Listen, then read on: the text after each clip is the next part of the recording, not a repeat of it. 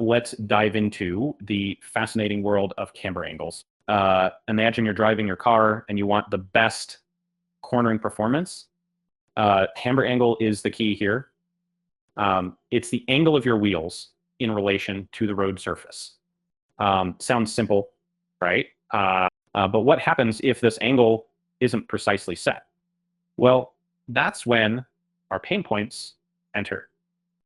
Improper camber settings lead to uneven tire wear, which is basically money melting away on the pavement. Plus, it messes with your car's handling. No one wants that. Now, how do we define these angles? Positive camber means the top of the tire leans outward. Negative camber is the opposite, with the top leaning inward. I've seen more negative angles in racing scenarios. It's all about grip. Speaking of grip, let's touch on the numbers. A modest negative camber angle of about -1 to -3 degrees can dramatically enhance your cornering performance. Yeah, a few degrees make noticeable differences, especially if you're zipping around Portland's curvy roads like me.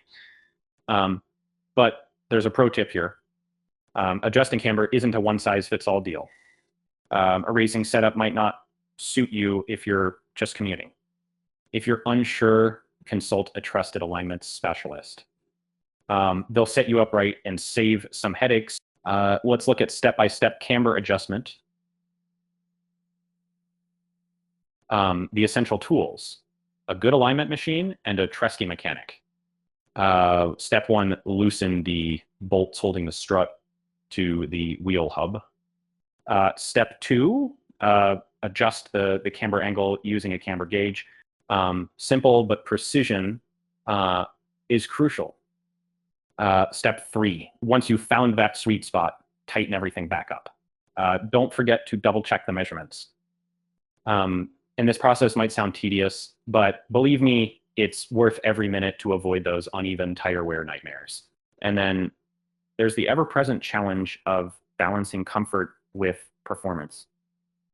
Every car is different, so the ideal camber angle depends on your specific driving needs, from daily commutes to spirited drives. Find what works best for you. Alignment isn't just about camber. That's a trilogy. Camber, caster, and toe angles all need harmony. It's akin to a well-rehearsed orchestra. When they sync, the ride quality improves and you'll feel more connected to the road. So what about when things go awry? If you notice your car pulling to one side, especially around those tight corners, your camber angle might be the culprit. Don't hesitate, investigate, and adjust before it chews through another set of tires. Finally, while camber certainly boosts performance, don't add excessive camber just for style points. Those extreme looks may turn heads, but could also compromise safety and tire longevity. It's about finding that functional balance. It's practical and still cool. The journey to the perfect camber angle is a blend of math and art. Tuning it just right offers a smoother, more enjoyable drive. Remember, Portland's roads are waiting, and every trip can be an opportunity to embrace this perfect alignment.